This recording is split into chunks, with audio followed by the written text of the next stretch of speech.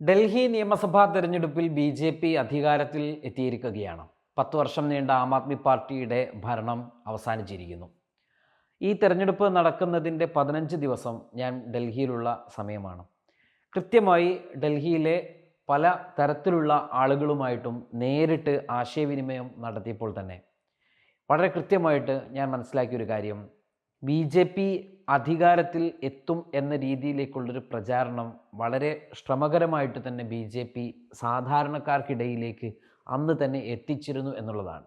പക്ഷേ എൻ്റെയൊക്കെ ഒരു വിശ്വാസം, ഈ ഒരു തേരോട്ടത്തെ അല്ലെങ്കിൽ ബി.ജെ.പി. ഉണ്ടാക്കുന്ന ആ ഒരു ഇഫക്റ്റിനെ ആം ആദ്മി പാർട്ടി മറികടക്കുമെന്നായിരുന്നു വ്യക്തിപരമായിട്ട് ഞാൻ വിശ്വസിച്ചിരുന്നത്. പക്ഷേ ഈ 50-50 അനുപാതം നിലനിൽക്കുന്ന സാഹചര്യത്തിൽ തന്നെ പെട്ടെന്ന് തന്നെ ഈ ഒരു അനുപാതത്തിൽ ബി.ജെ.പിക്ക് മുൻതൂക്കം ലഭിക്കുന്നതിലേക്ക് ഞാൻ മനസ്സിലാക്കിയൊരു കാര്യം, അരവിന്ദ് കെജ്രിവാൾ പ്രസംഗിച്ച ഒരു പ്രസംഗത്തിൻ്റെ നേർസാക്ഷിയായിരുന്നു ഞാൻ.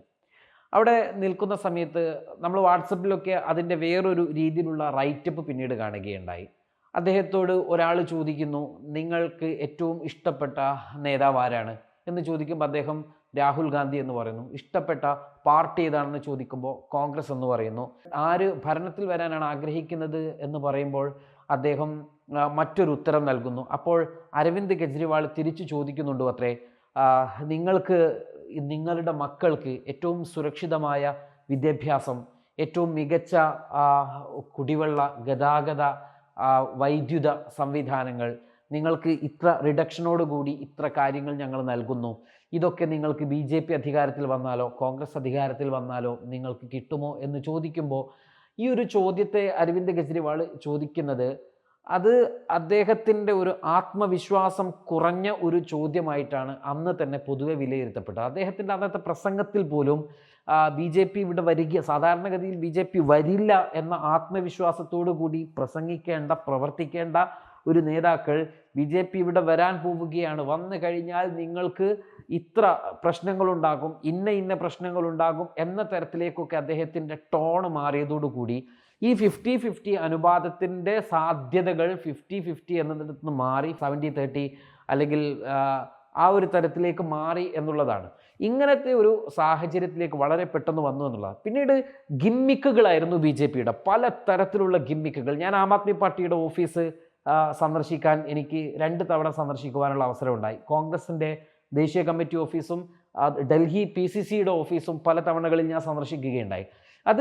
അതിൻ്റെ കാരണം, അവിടെയൊക്കെ നമ്മൾ ചെല്ലുമ്പോൾ ബി.ജെ.പിയുടെ ഓഫീസ് നേരിട്ട് ഞാൻ വിസിറ്റ് ചെയ്തിട്ടില്ലെങ്കിലും ആ ഓഫീസ് വിസിറ്റ് ചെയ്യുവാനുള്ള ശ്രമങ്ങളൊക്കെ നടത്തിയിരുന്നു. പക്ഷേ എനിക്കതിന് സാധിച്ചിട്ടില്ല. പകരം അതിൻ്റെ തൊട്ട് മുൻപിലുള്ള ഒരു പൂന്തോട്ടം അല്ലെങ്കിൽ ഒരു ഉദ്യാനമുണ്ട്. അവിടങ്ങളിലൊക്കെ ബി.ജെ.പിയുടെ ഓഫീസിലേക്ക് വരുന്ന ആളുകൾ സമയം ചിലവഴിക്കാനും അവരുടെ അപ്പോയിൻമെൻറ്റുകളൊക്കെ കാത്തിരിക്കുന്ന സമയം ഒക്കെ ചിലവഴിക്കാനൊക്കെ ഇവിടെ എത്തും. അവരുടെ പല വർക്കുകളും ഇവിടെ വരും. അപ്പോൾ ഇവരോടൊക്കെ നമ്മൾ സംസാരിക്കുന്ന സമയത്ത് അവർ തികഞ്ഞ ആത്മവിശ്വാസത്തിലായിരുന്നു. ആം ആദ്മി പാർട്ടിയെ സംബന്ധിച്ചിടത്തോളം അവരുടെ ഓഫീസ് വളരെ സ്പീഡിലി ചലിച്ചുകൊണ്ടിരുന്നു എന്നുള്ളതാണ്. അതോടൊപ്പം തന്നെ അവരുടെ വാർ റൂമുകൾ ഒക്കെ വളരെ സജീവമായിരുന്നു എന്നുള്ളതാണ്. ആം ആദ്മി പാർട്ടിയെ സംബന്ധിച്ചിടത്തോളം അവർ ഏത് തരത്തിലും ഭരണം നിലനിർത്തും എന്നൊരു ആത്മവിശ്വാസം അവർക്കുണ്ടായിരുന്നു. ബി.ജെ.പിയെ സംബന്ധിച്ചിടത്തോളം ഇതെങ്ങനെയെങ്കിലും അട്ടിമറിക്കണം എന്ന ഒരു വാശിയിലായിരുന്നുവെങ്കിൽ കോൺഗ്രസിനെ സംബന്ധിച്ചിടത്തോളം അവർ ലക്ഷ്യമിട്ടിരുന്നത് കേവലം 4 സീറ്റുകളായിരുന്നു. ഞാൻ കോൺഗ്രസിൻ്റെ പല ഉന്നത നേതാക്കളുമായിട്ട് സംസാരിച്ചപ്പോൾ അവർ മലയാളികളൊക്കെ ആയിട്ടുള്ള പല നേതാക്കളും പറഞ്ഞത് ഒരു 4 സീറ്റ് നമ്മൾക്ക് കിട്ടേണ്ടതുണ്ട്, അത് കിട്ടിയേ പറ്റൂ, അതിലാണ് ഞങ്ങൾ കോൺസെൻട്രേറ്റ് ചെയ്യുന്നത് എന്ന തരത്തിലാണ്. കോൺഗ്രസിൻ്റെ വാർ റൂമും അവിടെ സജീവമായിരുന്നു. പിന്നെ ഞാൻ പറഞ്ഞു ഗിമ്മിക്കുകളെ സംബന്ധിച്ചിടത്തോളം, ഗിമ്മിക്കുകൾ എന്ന് പറയുമ്പം ബി.ജെ.പി.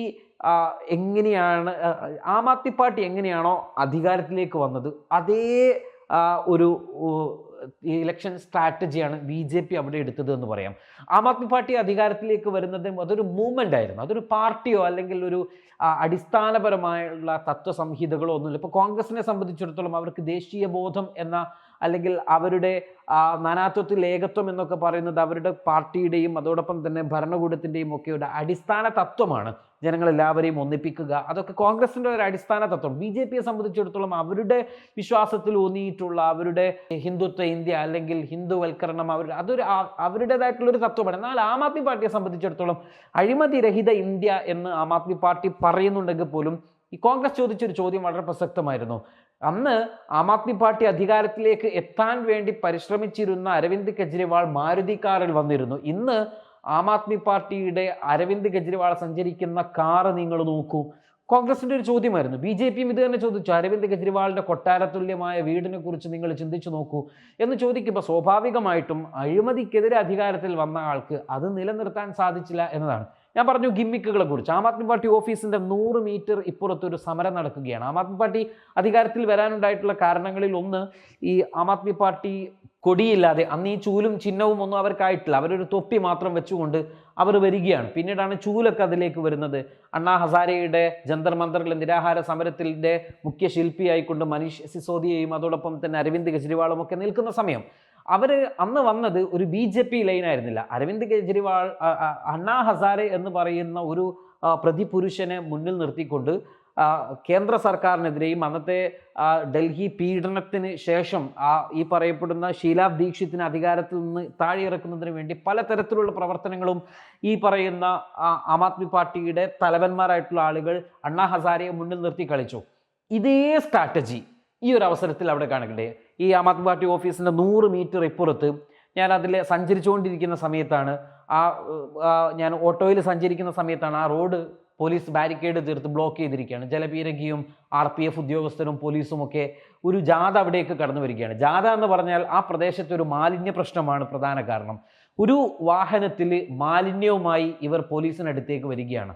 ആ സമരത്തിൽ പങ്കെടുത്ത ആളുകൾ സ്ത്രീകളുണ്ട്, വൃദ്ധകളുണ്ട്, കുട്ടികളുണ്ട്, യുവാക്കളുണ്ട്, എല്ലാ തരത്തിലുള്ള ആളുകളുണ്ട്. പക്ഷെ അവരുടെ കയ്യിൽ ഒരു കൊടി പോലുമില്ല.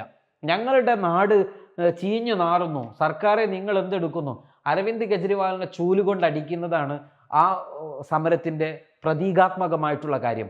ഇങ്ങനെ ഒരു സംഭവം അവരവിടെ ക്രിയേറ്റ് ചെയ്യുമ്പോൾ സ്വാഭാവികമായിട്ടും ആളുകൾ ചിന്തിക്കുന്നു. അപ്പോൾ ഒരുപാട് മാധ്യമങ്ങളുണ്ട്.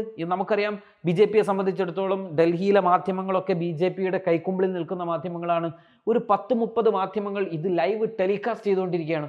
സ്വാഭാവികമായിട്ടും നഗരം ചീഞ്ഞു നാറുകയാണ്, നഗരത്തിൻ്റെ ദുരിതാവസ്ഥയെക്കുറിച്ച് പൊതുജനം പ്രതികരിക്കുകയാണെന്നൊരു പ്രതീതി BJP കൊണ്ടുവരുന്നു. പക്ഷേ ഇവരുടെ ഗോഡ് ഫാദർ ആരാണെന്ന് ചോദിച്ചാൽ ഈ കൊടിയില്ലാത്ത, ഈ പ്രഖ്യാപിത മുദ്രാവാക്യമില്ലാത്ത, നിശ്ചിത വിഷയത്തിൽ മാത്രം ഊന്നിക്കൊണ്ട് മുദ്രാവാക്യം വിളിക്കുന്ന ഇവരുടെ ഗോഡ് ഫാദർ അത് BJPയാണ്.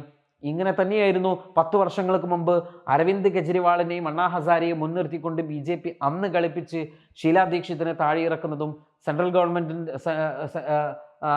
ഗവൺമെൻറ്റിൻ്റെ ആ ഒരു ഭരണം പോലും കോൺഗ്രസിന് നഷ്ടപ്പെടുന്നതിനുള്ള പ്രധാന കാരണങ്ങളിൽ ഒന്നായി ഉണ്ടായിരുന്നതുമൊക്കെ അഴിമതി എന്ന് പറഞ്ഞു വരുന്നു.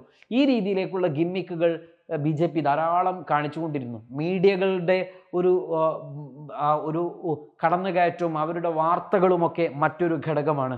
പല സ്ഥലത്തും നമ്മൾ അങ്ങനെ കൊട്ടിഘോഷിച്ച നഗരപ്രദേശങ്ങളിലൊന്നും അവരുടെ ഇരു പാർട്ടികളുടെയും വലിയ പ്രചാരണങ്ങളും നമ്മൾ കാണില്ലെങ്കിലും ഗ്രാമങ്ങളിലേക്ക് ഇറങ്ങിച്ചെന്നാൽ അവിടെ വളരെ കൃത്യമായിട്ടുള്ള വർക്കുകൾ അവർ നടത്തി എന്നുള്ളതാണ്. ഒപ്പം തന്നെ മറ്റ് സാങ്കേതികമായിട്ടുള്ള പ്രശ്നങ്ങളൊക്കെ മറ്റു ഭാഗത്തുണ്ട്. അത് തിരഞ്ഞെടുപ്പുമായി ബന്ധപ്പെട്ടുന്നുണ്ട്. പക്ഷെ പ്രചാരണവുമായി ബന്ധപ്പെട്ട് നമ്മൾ നോക്കുമ്പോൾ സ്വാഭാവികമായിട്ടും ആം ആദ്മി പാർട്ടിയെ അടിപതറിപ്പിക്കുന്ന തരത്തിലുള്ള ഒരു പ്രചാരണം ഈ ഒരു ഭാഗത്ത് BJP കൊടുത്തുള്ളൂ. മറ്റൊരു വളരെ പ്രധാനപ്പെട്ട കോൺഗ്രസിനെ സംബന്ധിച്ചിടത്തോളം ഒരു കാര്യം കൂടിയുണ്ട്.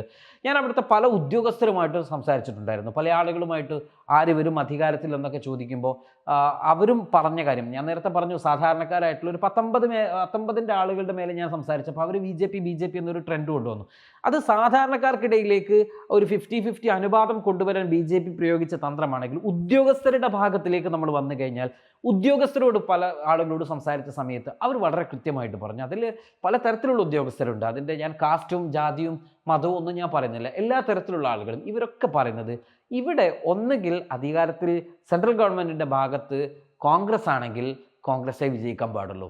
ഇപ്പോൾ നിലവിൽ ഭരിക്കുന്നത് BJPയാണ് സെൻട്രൽ ഗവൺമെൻറ്. സ്വാഭാവികമായിട്ടും ഇപ്പോൾ ദില്ലി പിടിക്കണമെങ്കിൽ ദില്ലിയിൽ എന്തെങ്കിലും ദില്ലി സ്റ്റേറ്റിന് ലഫ്റ്റനൻറ്റ് ഗവർണർക്ക് അല്ലെങ്കിൽ ചുമതലയുള്ള മുഖ്യമന്ത്രിക്ക് എന്തെങ്കിലും ചെയ്യണമെങ്കിൽ അത് ഈ BJPക്കായിരിക്കും. കാരണം BJP സെൻട്രൽ ഗവൺമെൻറ്റാണ്, അവർക്ക് ഒരുപാട് കാര്യങ്ങൾ ചെയ്യാൻ കഴിയും. ഇപ്പോൾ ആം ആദ്മി പാർട്ടിയെ സംബന്ധിച്ചിടത്തോളം 10 കൊല്ലം അധികാരത്തിൽ വരുന്ന 5 വർഷം ആ ഒരു ആരംഭശൂരംഭത്തിലൊക്കെ ഉണ്ടാകുന്ന ആ ഒരു പ്രഖ്യാപനങ്ങളും നയങ്ങളും പരിപാടികളും ഒക്കെ ജനങ്ങളെ വിശ്വസിപ്പിക്കാമായിരുന്നു. എന്നാൽ തുടർന്നുള്ള 5 വർഷം എന്ന് പറയുന്നത് ആം ആദ്മി പാർട്ടിയുടെ നേതാക്കളെ ജയിലിലടക്കുന്നു, ഒരു പേപ്പറുകളും പ്രാവർത്തികമാക്കാൻ പറ്റുന്നില്ല. ഡൽഹിയിൽ കോൺഗ്രസ് കൊണ്ടുവന്നതല്ലാത്ത ഒരു ഭരണവും കാണിക്കാൻ ആം ആദ്മി പാർട്ടിക്ക് ഭരണ നേട്ടവും കാണിച്ചു കൊടുക്കാനുണ്ടായില്ല. കുടിവെള്ളവും ഈ പറയുന്ന ബസ് ഫെയർ കുറച്ചതും സ്ത്രീകൾക്കുള്ള സൗജന്യ യാത്രയും വൈദ്യുതിയുടെ നിരക്ക് കുറച്ചതും ഒക്കെ അത് വേറെ കാര്യം. പക്ഷെ ജനങ്ങൾക്ക് കാണിച്ചു കൊടുക്കാൻ ഇത് ആം ആദ്മി പാർട്ടി വന്ന ശേഷം ഡൽഹിയിലുള്ള മാറ്റം ഇതാണ്. ഇന്നത്തെ ഡൽഹി നഗരത്തിലേക്ക് എവിടെ നോക്കിയാലും അതൊക്കെ കോൺഗ്രസ് സെൻട്രൽ ഗവൺമെൻറ് അധികാരത്തിൽ ഇരുന്ന സമയത്ത് കൊണ്ടുവന്നതാണ്, ഷീലാ ദീക്ഷിത് കൊണ്ടുവന്നതാണ്. പക്ഷേ ഇവരെന്ത് കൊണ്ടുവന്നു ചോദിച്ചാൽ അവർക്ക് കാണിച്ചു കൊടുക്കാൻ പ്രത്യേകമായിട്ടൊന്നുമില്ല. പിന്നെ ഡൽഹി കലാപം 2019 നടന്ന സമയത്ത് ആ ഡൽഹി കലാപത്തിലെ ന്യൂനപക്ഷങ്ങൾക്ക് വേണ്ടിയിട്ടൊരു വാദം പോലും ഉന്നയിക്കാൻ ന്യൂനപക്ഷ പാർട്ടിയാണ് എന്ന് പറഞ്ഞെന്ന ന്യൂനപക്ഷങ്ങളുടെ വോട്ട് വാങ്ങിയ അധികാരത്തിലെത്തുന്ന ആം ആദ്മി പാർട്ടിക്ക് സാധിക്കാതെ പോയത് ന്യൂനപക്ഷങ്ങളും ചോദ്യം ചെയ്തു എന്നുള്ളതാണ് നമ്മളിവിടെ വളരെ കൃത്യമായിട്ട് മനസ്സിലാക്കേണ്ടത്.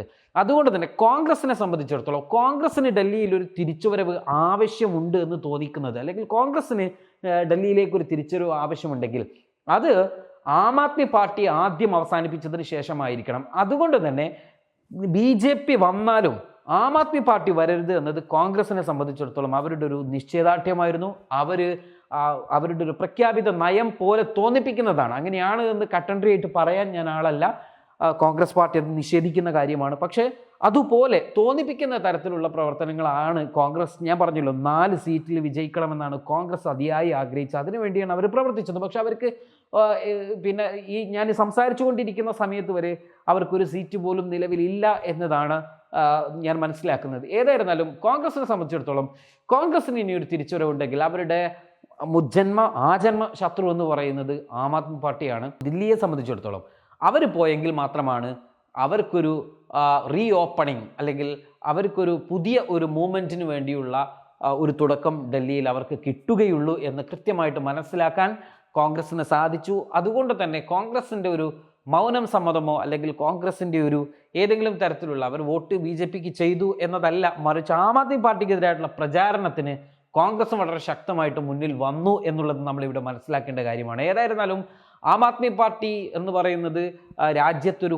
പുതിയ വിപ്ലവം രാഷ്ട്രീയത്തിൽ മുന്നോട്ട് കൊണ്ടുവന്ന ഒരു രാഷ്ട്രീയ പാർട്ടിയായിരുന്നു. ആ രാഷ്ട്രീയ പാർട്ടി ഇപ്പോൾ അധികാരത്തിൽ നിന്ന് പുറത്തു പോകുമ്പോൾ BJPയെ സംബന്ധിച്ചിടത്തോളം ഇന്ദ്രപ്രസ്ഥം അവർ കയ്യിലാക്കിയിരിക്കുന്നു. അവരുടെ ആത്മവിശ്വാസം കൂടുന്നു, അവർ കൂട്ടിക്കൊണ്ടേ ഇരിക്കുന്നു. കോൺഗ്രസിനെ സംബന്ധിച്ചിടത്തോളം അവർ ഇനി ഇന്ദ്രപ്രസ്ഥത്തിൽ നിന്ന് പുതിയ ഒരു തുടക്കം അവർ ഉണ്ടാക്കിയെടുക്കുമോ എന്നതൊക്കെ നമുക്ക് കാത്തിരുന്ന് കാണാം. ഇനി മറ്റു സംസ്ഥാനങ്ങളിലുള്ള തെരഞ്ഞെടുപ്പ് നടക്കേണ്ടതുണ്ട്. മഹാരാഷ്ട്ര തെരഞ്ഞെടുപ്പ് തൊട്ട് മുൻപ് നടന്നു കഴിഞ്ഞു.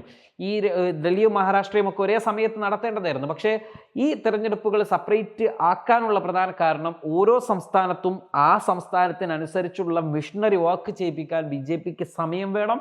അതിന് അവരുടേതായിട്ടുള്ള സംവിധാനങ്ങൾ അവർക്ക് പ്രയോഗിക്കണം. ആ സംവിധാനങ്ങൾ പ്രയോഗിക്കുന്നതിലും BJP എന്താണ് അടുത്ത മൂവ്മെൻറ്റ് BJPയുടേതെന്ന് മനസ്സിലാക്കുന്നതിലും രാജ്യത്തെ പ്രതിപക്ഷ പാർട്ടികൾ ഇപ്പോഴും പരാജയമാണ്.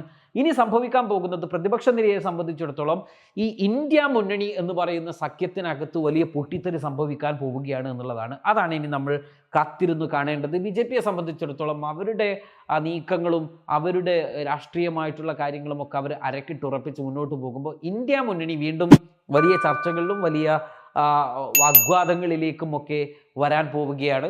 ഇനി നമ്മൾ സമ്പൂർണ്ണമായിട്ടുള്ള ഇതിൻ്റെ രാഷ്ട്രീയ തിക്തഫലങ്ങൾ എന്തൊക്കെയാണ് എന്നത് വരും ദിവസങ്ങളിൽ മാത്രം നമുക്ക് ദർശിക്കാൻ കഴിയുന്ന ഒന്നാണ്. അപ്പോൾ നമുക്ക് ആ സംഭവ വികാസങ്ങളുമായി വീണ്ടും കാണാം. Waytonikah.com, the exclusive Muslim matrimonial site.